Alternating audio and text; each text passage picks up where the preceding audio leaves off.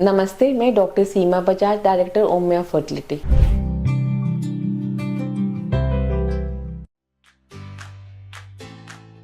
Subscribe to Omia Fertility and press the bell icon to never miss an update. आज हम बात करेंगे egg freezing और embryo freezing में उनमें क्या उनका क्या डिफरेंस है, किन पेशेंट्स या एग फ्रीजिंग करा सकते हैं और कौन से पेशेंट एम्ब्रियो फ्रीजिंग करा सकते हैं।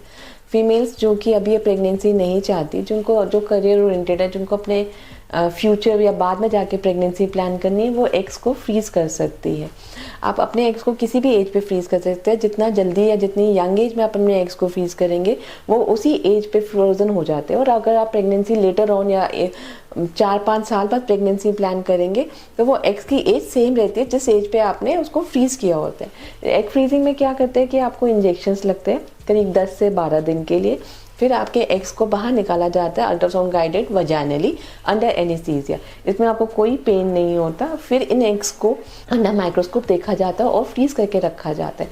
मान लीजिए कि अगर आपकी एज 30 है, आप 30 की एज में अपने एग्स को फ्रीज कर रहे हो और 35-36 में प्रेगनेंसी प्लान कर रहे हैं, तो आपके एग्स उसी 30 की एज में फ्रोजन हो जाते हैं। और एम्ब्रियो फ्रीजिंग और एग फ्रीजिंग में सबसे बड़ा फ़र्क होता है कि एम्ब्रियो फ्रीजिंग में एम्ब्रियो बनाया जाता है।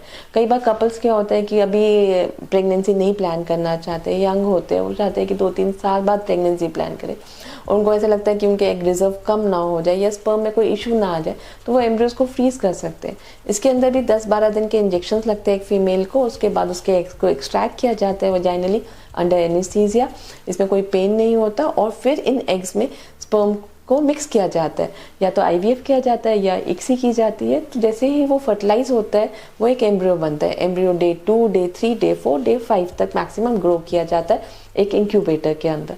डे 5 पे उनको फ्रीज करके रखा जाता है। आप अपने एम्ब्रियोज को कितने मर्जी साल फ्रीज कर सकते हैं। ये लिक्विड नाइट्रोजन में फ्रोजन रहते हैं, इनको एक क्रायोकैन्स में रखा जाता है। उसके बाद आप 2 साल, 3 साल, 4 साल फ्रीज कर सकते हैं और आप इन एम्ब्रियोज को यूज़ कर सकते हैं। जिस स्टेज पे आपके एम्ब्रियोज फ्रीज हुए हैं उसी स्टेज पे वापस जब थॉ करते हैं वो उसी स्टेज पे निकलते हैं और उससे अच्छे प्रेगनेंसी के रिजल्ट्स होते हैं। ऐसा थॉट लाना कि नहीं हमारे एम्ब्रियोज ख़राब हो जाएंगे, तो ऐसा बिल्कुल नहीं होता।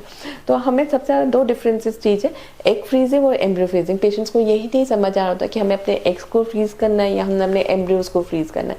अगर आप कपल है और आप डिसाइडेड हो कि अभी आप प्रेगनेंसी नहीं कर रहे तो आप अपने एम्ब्रियोज को फ्रीज कर सकते हैं। अगर आप सिंगल है और आप सोचते हैं कि अभी आपको लाइफ पार्टनर नहीं मिला, आप कुछ दिनों बाद या कुछ सालों बाद प्रेगनेंसी प्लान करना चाहते हैं, तो आप अपने एग्स को फ्रीज करके रख सकते हैं।